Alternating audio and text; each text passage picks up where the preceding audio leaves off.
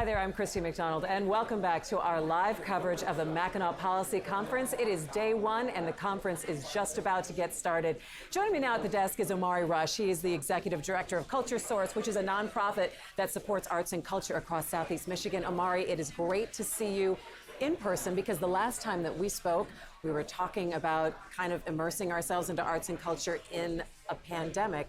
And now here we are, finally face to face. Yes, face to face with much better lighting than I had on my Zoom screen. So I'm very pleased with that. Yeah, it's you know really what? great to see you. We figured out Zoom. We kind of got it down, right? After a little bit of while, and now we're kind of getting back into things, which is really nice to be able to see some people that we haven't been able to connect with and have some, I think, important conversations for you, especially up here. Yes, Christy, I'm actually glad that you didn't quite say getting back to normal. No, because nothing will ever be normal again. Yeah, and it's really seductive to think that we can get back there. But, you know, I've been really pleased with what I've seen here, and also what I've seen in peers in the field of arts and culture, and really adjusting to the way that things are going to be for the foreseeable future.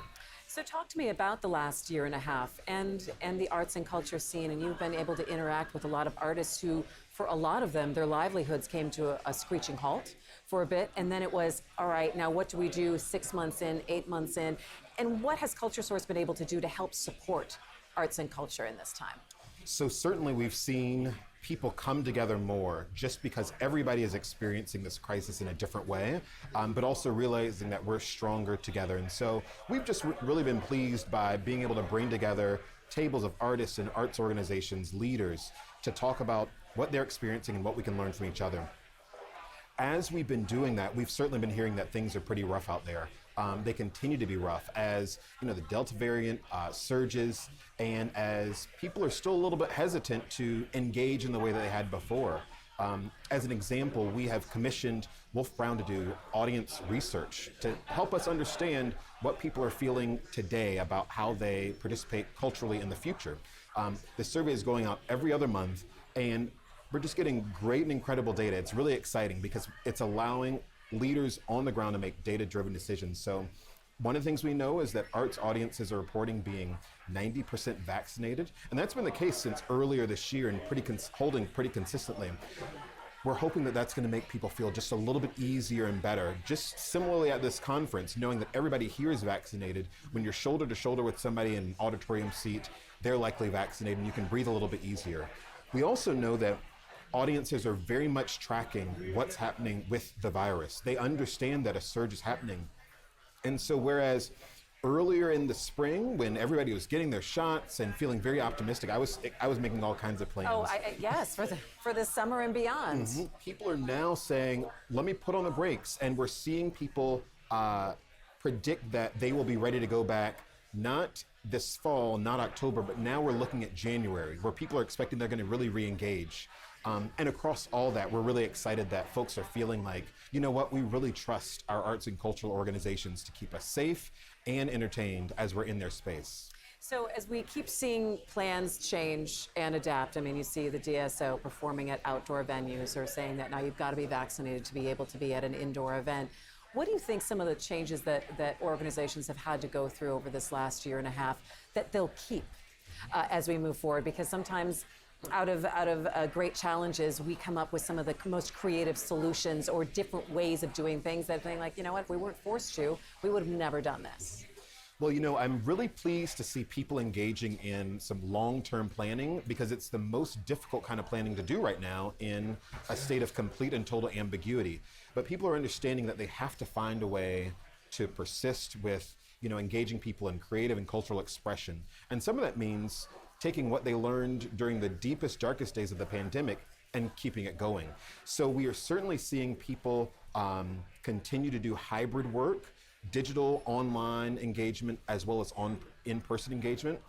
The challenge there is that people are having to just make pretty core and expensive investments in digital technology. They're having to get as pro as you and Detroit Public Television are at broadcasting, although it's so wonderful to have you all as allies, so we don't have to do it ourselves. So that's one of the things that we're seeing is just more hybrid work, digital and in-person. We certainly are seeing people get very creative with distanced programs, and so innovative outdoor events and interesting spaces. There's an upcoming show this weekend in a parking garage. People have invested in different kinds of scheduling tools to help get people in and out of a space on time and efficiently. So those kinds of efficiencies, I think, are also here to stay. And then finally, people are also just realizing that vaccine mandates are maybe the way to go. You know, as the federal government, as big business are making these decisions, it's making it easy for the little guys, if you will, to similarly say, you know, in order to be in our space, you really need to have a vaccine. I'm sorry if that is tricky for you, but it's where we're at, and it's where we want our kind of community to be and where our country to be. Well, and that's how you're going to be able to have a sustainable program moving forward, to be able to have people in the seats pay for the programming that you want to see. You know, it's funny you talked about kind of pivoting to the digital divide. My sister-in-law is the director of the Washington Gay Men's Chorus, and she said, I never thought I'd have to be a video producer. I'm usually the conductor and the creative director and the coordinator. She said, but I'm creating video programs now because we haven't been able to be in person the way that we are. What are you sensing from the performance community about maybe changing profession, getting out of the arts, finding something different because it's so tenuous right now? Well, Christy, we could talk a lot about this great great resignation, and the way that the pandemic has given people time to think about what they really want to do, what's really important to them, and also what they're built for, you know? And so certainly we are seeing people leave the field and try other things. It's also one of the things that we learned during the pandemic is it's very hard to be an artist. Artists have very little safety nets, social safety nets. Their gigs were the ones to go the quickest and are the last to likely come back.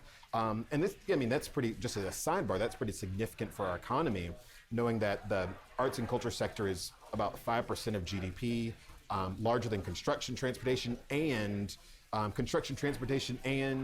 agriculture combined. And so, really? Yes, not having them in the workforce, not having them powering our communities is really kind of devastating. And so our hope is that as a cohesive community, that we can do what we can to continue to make pathways, create pathways for artists to have viable careers in performance and exhibition. I will also say that people are certainly realizing that, it's hard to do digital programming. It's hard to be a producer, you know, when these are not our skills. And so people are starting to gradually develop those kinds of competencies, realize where they need to skill build and who they can reach out with, and also partner. Partnerships are the way to go. What about some kind of, help from CultureSource to say, this is how you need to kind of run your gallery now, or these are the things that we can show you that and make it easier to transition to doing more digital, or this is who you should talk to if you want to do some more digital work? Are those kind of conversations happening between smaller organizations that may not have the 6-month, 12-month backup or revenue to be able to support themselves? 100%, which is very exciting. So one of the things, even just last week, we had one of our monthly calls with CEOs and executive directors of arts organizations, and I got a direct message from a leader saying, you know, we could really use some help with vaccine mandates, proof of vaccination. And so this week we have a call coming up with a national vaccine app, to see if we might be able to standardize, make it easy and efficient for the smallest organizations and the largest organizations to use the same app to make it very easy on the audience member end. Right, so they can go across organizations, and it's like, as long as I have one proof for here, it goes across the board. Absolutely. We also, in the past year, had a pretty major partnership with Rocket Community Fund. You know, Rocket is so much powered by digital cultures in their work, and we're really interested in helping us help our members think about transitioning their infrastructure to something that feels more digitally rich. And so we had a series of workshops on how to work digitally, how to analyze audiences digitally, those kinds of things. A grant program to get equipment into organizations that modernize their kind of infrastructure, and something we called a tech expert in residence, somebody that was an on-demand resource that people could call and connect with to say, excellent. Hey, Yeah. I'm conducting this chorus online and a screen went out, or hey, we're thinking that we should do a virtual walking tour of our gallery, but we're not sure if it's right for us. Can you help us? And so we've been really excited to provide those kinds of supports to the field during this really tricky time. You know, one of the things about, we talk about arts and culture, music, performance, it feeds our soul. And it's something that I know that I gravitated toward during the pandemic just because it helped take me away from the everyday, and I think a lot of the stress that we all experienced, and I think that we're all still having to deal with, even immersing ourselves into this new world that we live in. Talk a little bit about, excuse me, there are flies all around here. Talk a little bit about how important arts and culture in Southeast Michigan is to all of us. Certainly I can speak for myself and say that it was a real lifeline for me. From watching Schitt's Creek on Netflix to really kind of getting engrossed in kind of brilliant fiction, this idea of connecting with very creative, inspired work was core to my kind of navigating a really dark time. So there's that. In Southeast Michigan, you know, if you think about things that we're known for and about reasons why people visit our region, why people anchor to our region, a lot of it has to do with arts and culture and the way it defines the soul of a community. Motown has done that for years and years and years. And certainly we have institutions that line main streets, Woodward, you know, throughout the region that really create a sense of place. And it's, you know, one of the things that the pandemic did for me, and I think for the community generally, is help people remember and kind of understand how important it is to have those places when we're needing to grieve, when we're needing to be inspired. I mean, Rochelle Riley did that beautiful exhibition on Belle Isle, you know, and these art moments are so important. And so one of the, you know, things about the pandemic is I think and I also hope that it really reminded people about the centrality of arts and creativity in their lives. Certainly we've been seeing it here with the energy that Wright Lassiter and the Henry Ford Health System have brought to this conference.